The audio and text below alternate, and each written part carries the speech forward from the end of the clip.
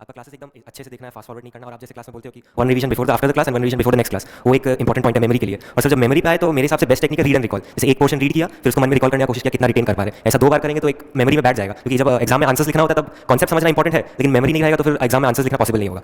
इसलिए वो best technique. और फिर जो आप बोलते हैं स्पेसिफिक टेक्निकल वर्ड्स पे जो फोकस करना, आप जो हाईलाइट कराते हैं, मार्क कराते हैं, वो भी एक इंपॉर्टेंट चीज़ है। वही यही 3-4 फोकस एरियाज है जो मैंने किया था, इसलिए ऐसे मार्क्स आए हैं।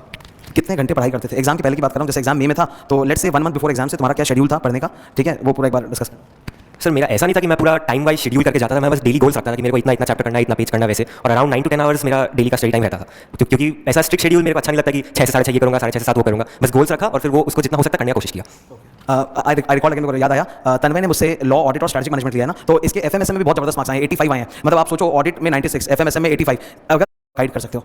सर स्ट्रेटेजिक मैनेजमेंट में है कि एक तो आपका जो बुक है उसका वो ही मेमोराइज करें, और जितना क्वेश्चन हो सकता है, क्योंकि इसमें केस स्टडीज आते हैं। केस स्टडीज का कोई तरीका नहीं है, जितना आप करोगे उतना ही आपको एक्सपीरियंस मिलेगा उसमें। जो इंस्टीट्यूट की आरटीपी एमटीपीज आती है, या जो पिछले साल के पेपर्स आते हैं या एसएसएम वाले, उसके क्वेश्चन निकाल के प्रैक्टिस करो। एसएम में वही है, और एसएम में खुद का लैंग्वेज भी चलता है, क्योंकि उतना लैंग्वेज का स्ट्रिक्टनेस नहीं है। राइटिंग स्किल क्या तुम्हारी पहले से बहुत अच्छी थी कि ये प्रिपरेशन की और टिप्स देना? तो राइटिंग स्किल्स मैं बोलूँगा मेरी पहले से अच्छी थी, लेकिन जैसे आंसर्स आप जब लॉ, ऑडिट, एसएम, ये सब में आंसर्स लिखते हो तो एक स्ट्रक्चर्ड मैनर फॉलो करना। जैसे लॉ में पहले प्रोविजन लिखा, जो आपका ऑडिट, तो वॉल्यूम 1 ज़्यादा इंपॉर्टेंट है क्योंकि उसमें ज़्यादा वेटेज है मार्क्स का, लेकिन चैप्टर्स सारे ही इंपॉर्टेंट है, कुछ चैप्टर्स छोड़ने लायक नहीं है। जैसे मेन जो मेरे हिसाब से 4 चैप्टर सिलेबस को थोड़ा टफ करते हैं, 3, 4, 5 और 9। तो 3 और 4 और 9 तो बहुत बड़े बड़े चैप्टर्स है। तो मैंने जब प्रिपरेशन किया तो मैंने इसको पीसेस में तोड़ दिया। जैसे 3 में मटेरियलिटी का स्टैंडर्ड एक ले लिया, फिर अलग अलग टाइप के रिस्क को एक ले लिया, 4 में जैसे सैम्पलिंग का अलग ले लिया, वैसे किया। और नंबर 5, इसमें इतने सारे पॉइंट्स है, ये कभी याद नहीं होने वाले। इसमें जो सर आप जो एक एक दो वर्ड लिखाते हैं पॉइंट के साइड में, वो बेस्ट है, वो याद करके जाओ और अंदर का रीड कर लो ताकि खुद से लिख सके थोड़ा, बस वही। और बाकी सारे चैप्टर्स तो कंपैरेटिवली ईजी है। 9 वही स्पेशल एंटिटीज ना, तो ये 4 चैप्टर्स इन्होंने बोले बहुत इंपॉर्टेंट, 3, 4, 5, 9। वॉल्यूम ज़्यादा इंपॉर्टेंट है, स्टैंडर्ड्स का 4 ज़्यादा आने लगे एग्जाम में, और 4 chapters main 3, 4, 5, 9। 3 I think is risk assessment and internal control वाला चैप्टर। 4 नंबर चैप्टर ऑडिट, वो बहुत बड़ा सीपन का चैप्टर, उसमें भयंकर स्टैंडर्ड्स तभी होगा, क्योंकि ये सब चैप्टर, ये सब जो सब्जेक्ट है बहुत जल्दी भूल जाते हैं हम लोग। और जो मैं नाइट स्टूडेंट था, मैं नाइट के टाइम में ही ऑडिट को टाइम देता था, बाकी सुबह के टाइम, दोपहर के टाइम दूसरा सब्जेक्ट को टाइम देता था। पर तुम जेवियर्स के स्टूडेंट हो, तो सुबह तो रोज कॉलेज जाना है, तो वहाँ तो छुट्टी अलाउड नहीं है ना? नहीं, 60 से 75% अटेंडेंस मेंटेन करता हूं। वो ऐसा है क्या? तो ठीक है, वेरी गुड। मुझे तो I think you have captured all the points beautifully in a very small span of time. तो ये होता है, कई बार क्या होता है ना कि हम लोग को इंटरव्यू स्टार्ट करते हैं, practical subjects almost self study करने का नीड नहीं था, क्योंकि वो हम काफी प्रैक्टिस कॉलेज वगैरह में करता रहता था, बैठ के क्लासेस अटेंड करते करते कॉलेज में हम सीए का पढ़ाई भी करता रहता था। तो प्रैक्टिकल सब्जेक्ट्स तो वहीं कवर हो जाता था। मेन प्रेशर ये था कि याद करना है, जिसमें मतलब बैठ के बुक के साथ आपको हिलना नहीं है बहुत देर तक। तो वो सब्जेक्ट्स लास्ट 2 मंथ्स में मेरा फोकस था। सो ये एक अच्छी बात पता चली। जैसे बहुत सारे स्टूडेंट्स का ये रहता है कि how many months before the examination we should complete our entire classes. तो अभी जैसे क्वेश्चन ने बताया कि 2 महीने पहले उसकी सारी क्लासेस खत्म हुई थी। मतलब ऐसा नहीं है कि उसके हाथ में कोई 4 महीने या बहुत टाइम था, just 2 months before examination he completed all his classes of every subject. But one good thing that is saying कि प्रैक्टिकल के सारे इसके क्लासेस के दौरान ही हो गए थे, तो इसने 2 महीने जो सेल्फ स्टडी कस के किया उसमें ज़्यादा फोकस, जो हार्ड थ्योरी सब्जेक्ट्स उनमें किया। ओके, डेली 2 महीने जब तुम घर में थे तो तुम्हारा स्टडी रूटीन क्या था? मतलब एक दिन में कितने घंटे पढ़ते थे? सर हम लोग का कॉलेज मॉर्निंग 6 to 9:50 तक है, तो मेरे को घर आते आते 11 हो जाता था। फिर मेरा ऑफलाइन ट्यूशन अगर अकाउंट्स का होता था तो वो 1 बज जाता था आते आते।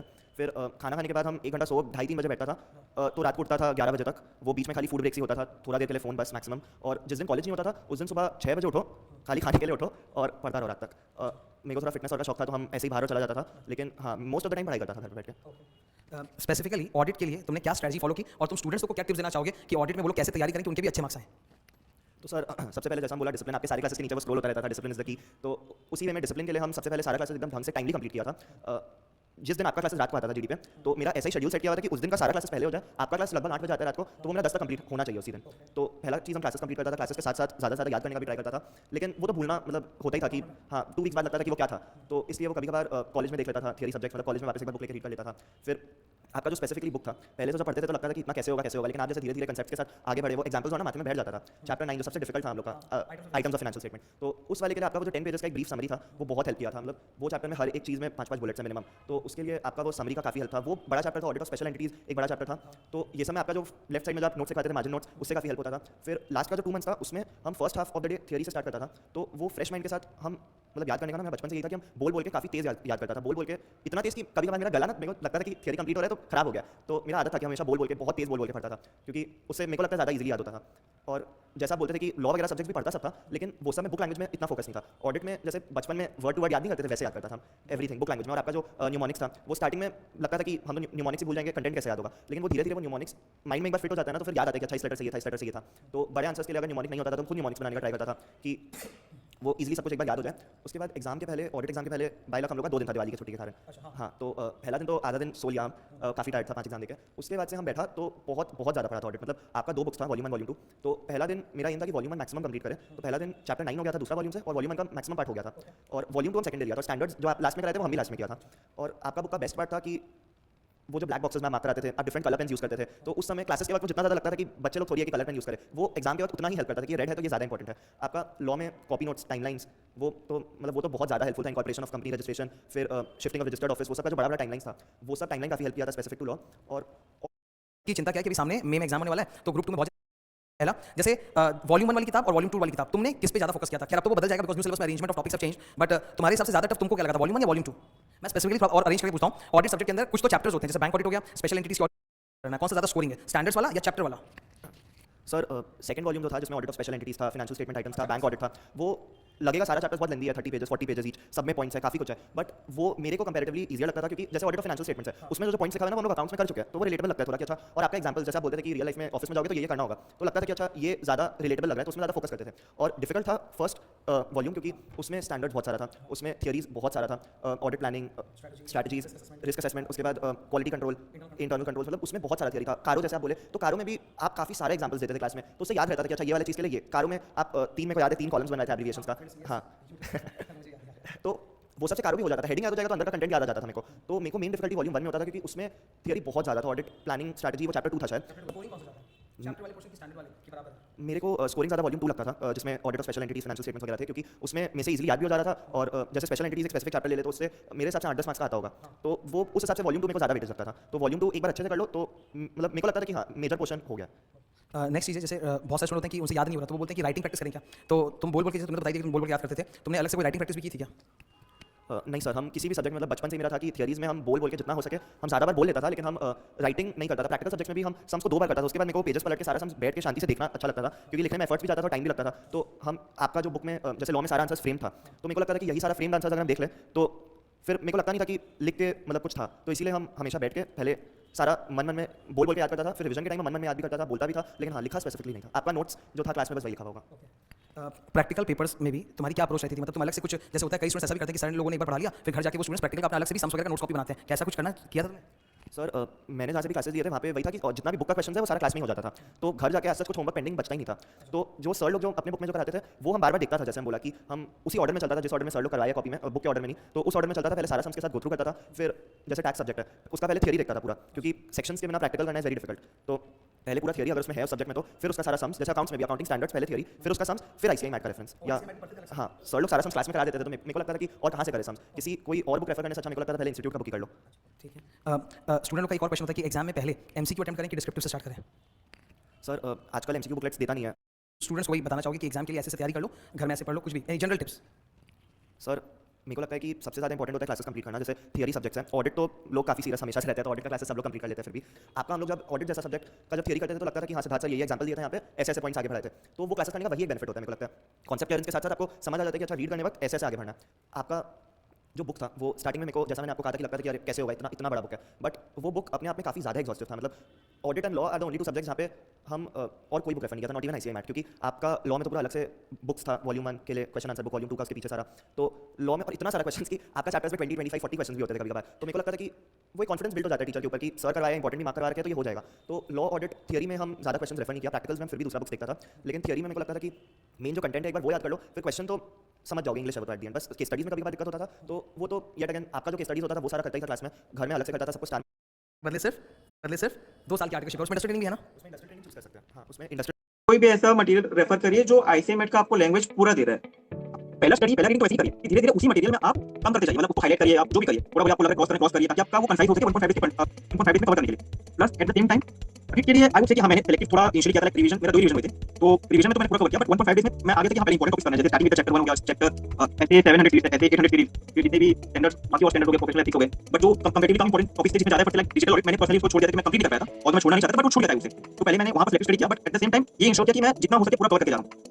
एंड तो रीड के लिए जब फर्स्ट रिवीजन किया तो उसके बाद भी मेरा क्लियर नहीं था कि I was not that confident कि मेरा हो पा रहा नहीं हो पा रहा है। तो सेकंड रिवीजन में मैंने एक चीज जरूर चेंज की एंड आई थिंक वो बहुत ज्यादा इफेक्टिव रही। सेकंड रिवीजन में जो मैं सुबह 3 बार पढ़ रहा हूं, मैं रात में रिवाइज किया, आधा 1 घंटा लगता था उसमें, और वही सेम चीज मैं सेकंड डे रिपीट करता था। सेकंड डे मॉर्निंग को जो पहले दिन पूरा पढ़ा वो वापस रिवाइज करना, ये और तो सब बोलते हैं, सब बोलते हैं करना चाहिए। इवन मैंने भी सुना फर्स्ट रिवीजन करना चाहिए, बट होता क्या था कि जब पूरा दिन खत्म होता था तब एनर्जी खत्म हो जाती थी, एंड कहीं ना कहीं बैक ऑफ द माइंड दिमाग में आता था ठीक है ना पढ़ लिया वापस रिवाइज करने की क्या जरूरत है, तो वो काइंड ऑफ थोड़ा सा कैजुअल एटीट्यूड हो जाता था। मैं एक्सेप्ट करता हूं रिवीजन 1 में मेरे साथ ये हुआ, और रिवीजन 2 में कैसे भी करके मैंने एफर्ट डाला एक्स्ट्रा, तो वो जब मैं रिवाइज किया पूरा दिन भर पढ़ा हुआ शाम को और एक बार वापस हुआ मॉर्निंग, तो जो मेरा रिटेंशन था आई उससे बहुत बहुत ज्यादा इंप्रूव हुआ था उसमें।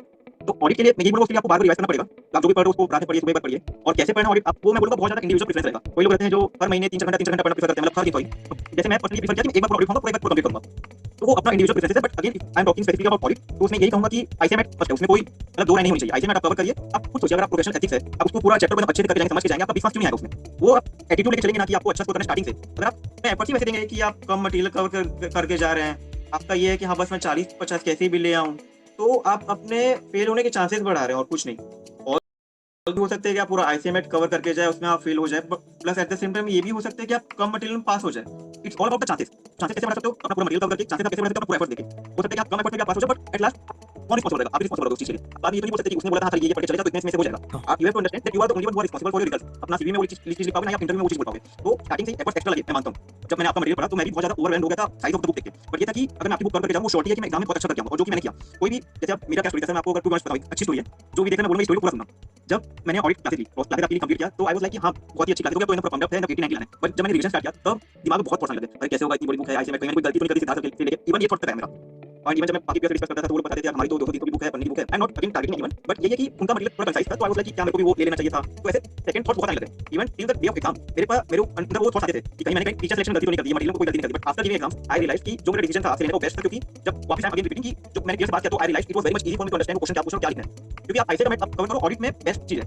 तो देखो ये चीज सब बोल रहे हैं, नॉर्मल एडवाइस है जो मेरे एंड से रहेगी। कोई भी एडवाइस जो आपके एफर्ट्स को रिड्यूस कर रहे हैं, चाहे ऑडिट में हो, कोई और सब्जेक्ट में, कोई और रूटीन में, कोई भी चीज, कोई भी एडवाइस जो आपके एफर्ट्स को रिड्यूस करने के लिए बोल रही है, बी स्केप्टिकल अबाउट इट। तो वापस क्वेश्चन करो, क्योंकि हो सकता है वो एडवाइस का कॉन्टेक्स्ट आपको नहीं पता वो किस तरफ से आ रही है। इवन जो भी मैं बोल रहा हूं यू हैव टू क्वेश्चन वो आपके लिए एप्लीकेबल है कि नहीं, क्योंकि कोई भी एडवाइस जो यूनिवर्सल नहीं होगी, facts are universal but not advice. तो एडवाइस को समझो किस कॉन्टेक्स्ट में आ रही है, और कोई भी एफर्ट्स को रिड्यूस करने वाली एडवाइस को उसको दो बार क्वेश्चन करो। कोई मेरे को बोलेगा कि मटेरियल खाली मटेरियल से पढ़ के चले जाओ, हो जाएगा even for any subject, I would be sceptical about it, क्योंकि आई नो एफर्ट्स मेरे लगेंगे और रिजल्ट मेरा रहेगा। आखिर में मैं उस बंदे को ब्लेम नहीं कर पाऊंगा कि उस बंदे ने मेरे को या उस बंदी ने बोला कि इतना पढ़ ले हो जाएगा। तो दिस इज ओवरऑल। अगर मैं जर्नी की बात करूं तो आर्टिकलशिप के साथ मेरा कॉलेज भी था, तो कॉलेज एंड आर्टिकलशिप के अराउंड मेरे क्लासेस देखना पर्सनली बहुत डिफिकल्ट हो गया था, क्योंकि 6 to 10 कॉलेज रहता है, आफ्टर ऑफिस आते भी ईवाइस टेक ऑडिट डोमेन में मेरा आर्टिकलशिप था, तो वो 8-9 बजे जाता था, फिर उसके बाद एनर्जी रहती नहीं थी। तो I shifted to a small size firm the completing 1 year of my articleship in EY. वहां पे थोड़ा टाइम मिला, वहां पे कॉलेज में थोड़ा एक्टिव हुआ, बाकी को एक्टिविटीज में भी एक्टिव हुआ, एंड वहां पर मेरी क्लासेस नहीं चालू हुई उससे।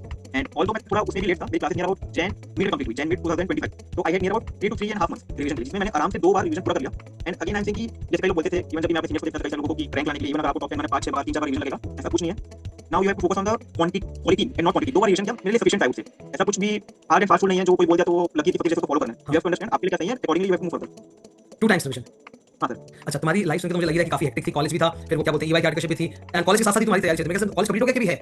नहीं सर, पिछले साल कंप्लीट हो गया 2024 में। कॉलेज और तुम्हारे डेली के स्टडी आवर्स कितने निकल रहे थे, मतलब 12-14 थोड़ा?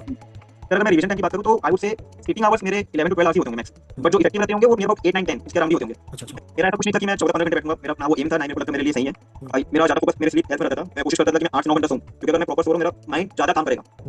उसमें सबके अपने इंडिविजुअल प्रेफरेंस है, but you have to understand कि आपके लिए क्या सही है, क्योंकि जो बाकी के लिए सही हो सकता है आपके लिए सही हो, बट इस मूवमेंट में यू हैव टू अंडरस्टैंड कि आपको अपने आप से सच बोलना है। जैसे कि अब कोई अपना रिवीजन कर रहा है, तो रिवीजन हम क्या करते हैं, एकदम मैकेनिकल बना देते हैं, एक चेक बॉक्स टाइप का कि हां 2 बार रिवीजन हो गया, ये चैप्टर मैंने पढ़ लिया, ये 2 मॉक टेस्ट भी दे दिए, अब मैं पास हो जाऊंगा। बट अगर आप एक्चुअली अपने आप से पूछोगे ना कि हो सकता है आप उसको टॉपिक समझ नहीं आए, सब बस आपको हां किया मैंने बोलने के लिए मैंने इतना किया तो मेरा हो गया, बस पास नहीं हुआ तो आईसी की गलती। अगर आप रिस्पांसिबिलिटी के साथ पढ़ेंगे कि आपको कल एग्जाम में वो चीज लिख के आना है, even from the day 1 of revision, तो आपका अप्रोच ही बदल जाएगा, अलग नजरिए से पढ़ेंगे, तो आप वो चीज फिर आप कम टाइम में भी करते बेटर एफर्ट्स करके आपका वो चैनलाइज कर पा रहे हैं एनर्जी को कैसे पढ़ना है। तो वो इफेक्टिव आवर्स आपका मेन होना चाहिए। एक मैं बोलूंगा अपनी स्लीप को बहुत ध्यान दीजिएगा कि आप कब सो रहे हैं कब उठ रहे हैं, क्योंकि आई वुड से आप एक फिक्स रूटीन फॉलो करिएगा, क्योंकि मेरी रूटीन बहुत खराब हो गई थी। लाइक जैसे मैं 12 बजे सो रहा था, तो 12 से 8 में जल्दी सोता था, 12 to 8 मतलब प्रॉपर नाइट में सुबह नहीं। तो वो मैं क्या करता था, जब मेरा टारगेट अचीव नहीं होता था तो मैं थोड़ा एक्सटेंड करने लग गया था, तो 12 का 12:30 हुआ, 12:30 का वो 1 हुआ, 1 का 1:30 हुआ, 1:30 का 2 हुआ, ऐसे करते करते मेरा टारगेट जब अचीव नहीं हुआ 2 मिनट के अंदर आई रियलाइज कि मैं 7 बजे सो रहा हूं 12 के बजाय।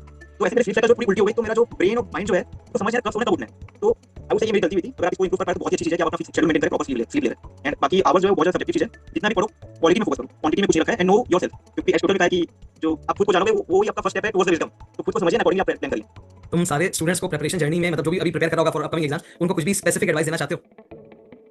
तुमने बहुत कुछ तो बताया, स्टडी के बारे में, स्लीप साइकिल के बारे में, डेली कितना पढ़ना चाहिए, ऑडिट कैसे पढ़ना चाहिए, और मतलब एक कुछ लास्ट मिनट टिप्स, यहाँ ये कर लो एग्जाम में अच्छा हो जाएगा, ये वो कर लो अच्छा हो जाएगा। आज की डेट में क्या आंसर है वो बहुत ज्यादा क्लीशे बन चुके हैं, सबको पता है कि आपको कंसिस्टेंसी रखना है, आपको मतलब आईसीएमएट फॉलो करना है, आपको थोड़े बहुत अगर हो जाएगा, ये वो कर लो अच्छा हो जाएगा।